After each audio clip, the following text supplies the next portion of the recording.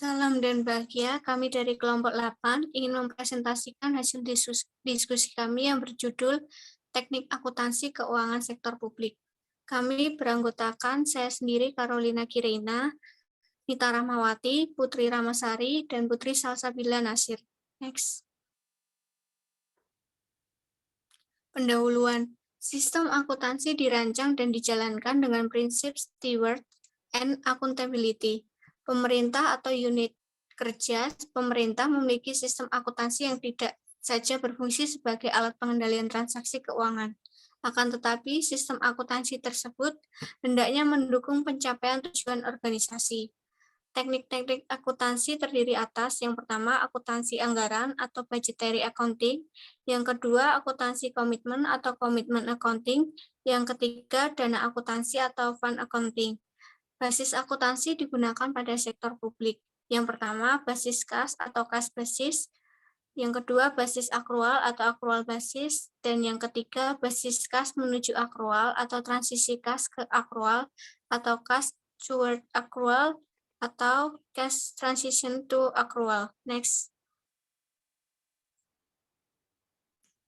Teori akuntansi sektor publik. Suatu teori didukung oleh berbagai riset yang di dalamnya terdapat hipotesa-hipotesa yang diuji kebenarannya. Teori memiliki 3 karakteristik dasar. Yang pertama, kemampuan untuk menerangkan atau menjelaskan fenomena yang ada atau the ability to explain.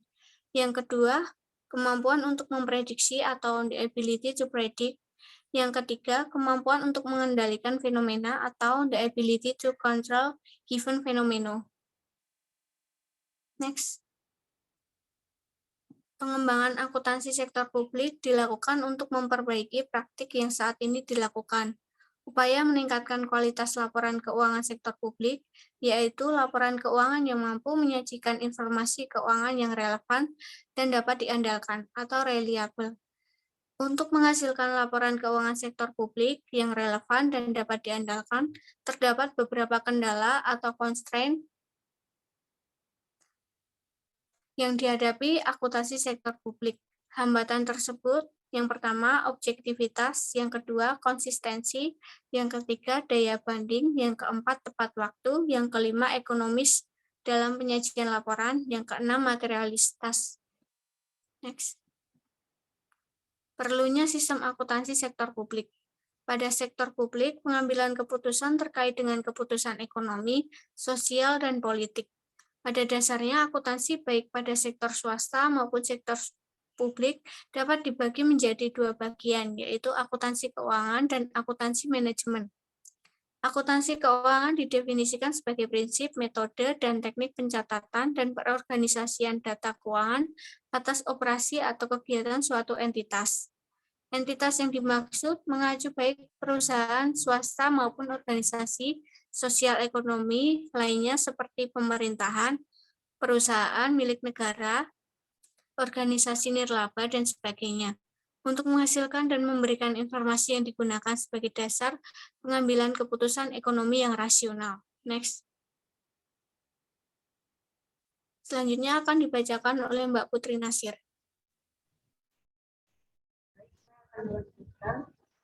Dasar sistem akuntansi keuangan sebagai berikut. Yang pertama, identifikasi kegiatan operasi yang relevan. Yang kedua, pengklasifikasian kegiatan operasi secara tepat. Yang ketiga, adanya sistem pengendalian untuk menjamin reliabilitas. Yang keempat, menghitung pengaruh masing-masing operasi. Selanjutnya, standar akuntansi sektor publik. Standar akuntansi yaitu pedoman atau prinsip yang mengatur perlakuan akuntansi dalam penyusunan laporan keuangan untuk tujuan pelaporan kepada para pengguna laporan keuangan. Sedangkan prosedur akuntansi merupakan praktik yang digunakan untuk mengimplementasikan standar. Proses penetapan dan pelaksanaan standar akuntansi sektor publik merupakan masalah yang serius bagi praktik akuntansi, profesi akuntansi, dan bagi pihak-pihak yang terlibat. Penentuan mekanisme terbaik menetapkan keragaman standar akuntansi merupakan faktor penting agar standar akuntansi dapat diterima pihak-pihak yang berkepentingan dan bermanfaat bagi pengembangan akuntansi sektor publik. dikembangkan dalam menetapkan standar akuntansi, yaitu A. Standar memberikan pedoman tentang informasi dalam laporan keuangan, kinerja dan aktivitas sebuah organisasi bagi seluruh pengguna informasi. B. Standar memberikan petunjuk dan aturan tindakan bagi auditor. C. Standar memberikan petunjuk tentang kumpulan data yang disajikan berkaitan dengan berbagai variabel yang patut dipertimbangkan dalam bidang perpajakan, regulasi, perencanaan serta regulasi ekonomi dan peningkatan efisiensi ekonomi serta tujuan sosial lainnya. D. Standar menghasilkan prinsip dan teori yang penting bagi seluruh pihak yang berkepentingan dalam disiplin ilmu akuntansi. Yang berikut standar yang overload terjadi ketika yang pertama standar terlalu banyak, yang kedua standar terlalu rumit, yang ketiga tidak ada standar yang tegas, yang keempat standar mempunyai tujuan yang sifatnya umum, general purpose standar. Yang kelima, standar kurang spesifik sehingga gagal dalam mengidentifikasi perbedaan antara entitas publik dan entitas non-publik, laporan keuangan tahunan dan intern, organisasi besar dan kecil. Keenam, ungkapan yang berlebihan, pengukuran yang terlalu kompleks, atau kedua-duanya. Selanjutnya akan disampaikan oleh Pak Mitra.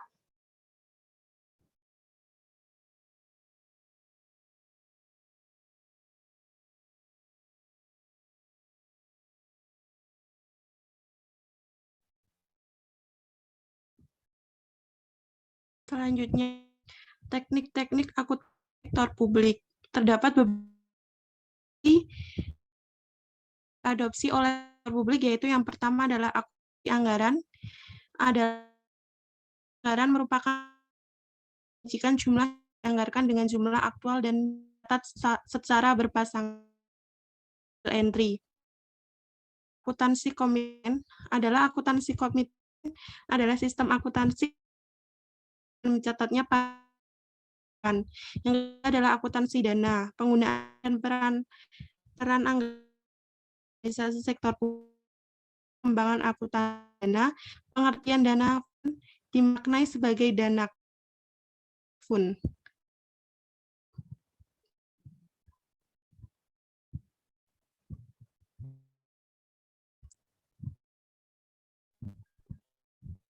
Selanjutnya adalah perbandingan akuntansi dana pada bisnis dengan digambarkan sebagai berikut, di mana organisasi bisnis adalah utang ditambah bisnis, dan organisasi sektor publik pada dana pertama adalah dengan utang ditambah.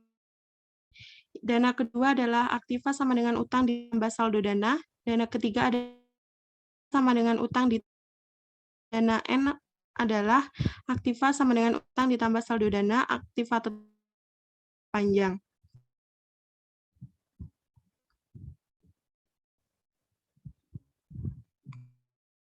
Ini adalah digunakan pada organisasi sektor publik. Yang pertama adalah dana yang dapat dibelanjakan digunakan untuk utang, perubahan aktiva bersih, dan saldo dana yang dapat dibelanjakan untuk kegiatan mencari laba.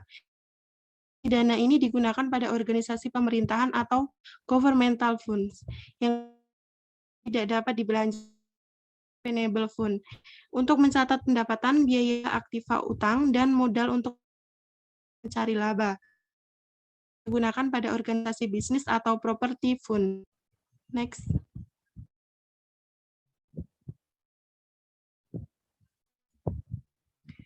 Selanjutnya adalah basis dan sistem pencatatan sektor publik. Yang pertama adalah basis cash atau cash basis, pendapatan dicatat saat cash diterima.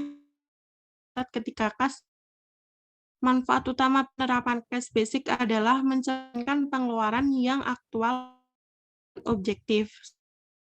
Basis akrual atau accrual basis diyakini menghasilkan laporan komprehensif pengambilan keputusan ekonomi, sosial, dan politik. Basis akrual diterapkan agar fund atau akrual dengan governmental fund atau motif akrual karena biaya seperti fund sedang editor fokusnya pada general fund. Next.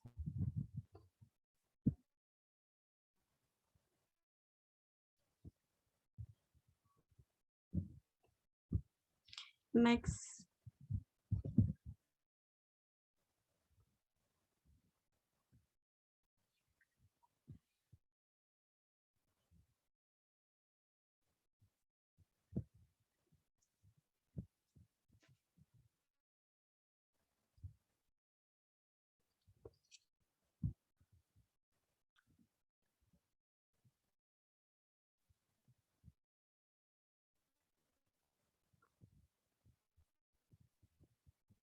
Selanjutnya, pengaplikasian akrual basis dalam akuntansi sektor publik. Pada dasarnya adalah untuk menentukan cost of service dan charging for service, yaitu untuk mengetahui besarnya biaya yang dibutuhkan untuk menghasilkan pelayanan publik serta penentuan harga pelayanan yang dibebankan kepada publik. Hal ini berbeda dengan tujuan pengaplikasian akrual basis dalam sektor swasta yang digunakan untuk mengetahui dan membandingkan besarnya biaya terhadap pendapatan atau proper matching cost against revenue. Perbedaan ini disebabkan karena pada sektor swasta, orientasi lebih difokuskan pada usaha untuk memaksimalkan laba atau profit oriented. Sedangkan dalam sektor publik, orientasi difokuskan pada optimalisasi pelayanan publik atau public service oriented. Next.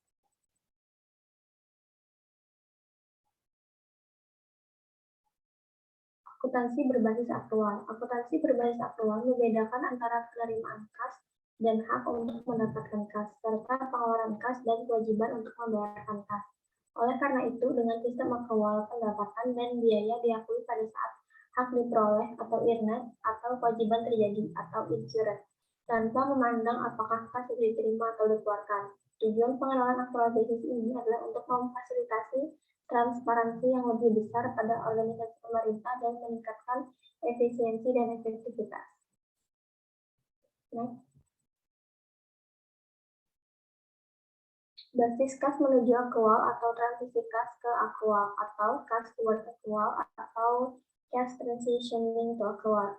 Pertama, basis kas dan basis akrual dalam akuntansi memiliki karakteristik yang berbeda. Dengan perbedaan karakteristik tersebut, tentunya peralihan basis akuntansi dari kas menjadi akrual membutuhkan beberapa penyesuaian, antara lain pada standar akuntansi, sistem akuntansi, teknologi informasi pendukung, serta mindset dan pengetahuan cara pengelola keuangan dan penyusun laporan keuangannya. 2. Suatu entitas sektor publik yang akan melakukan peralihan basis akuntansi dari kas menjadi akrual biasanya membutuhkan waktu tidak singkat.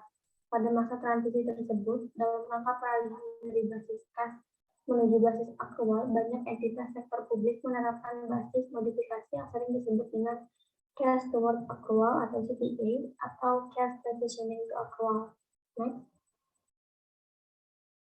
Pencatatan transaksi keuangan dalam praktik akuntansi.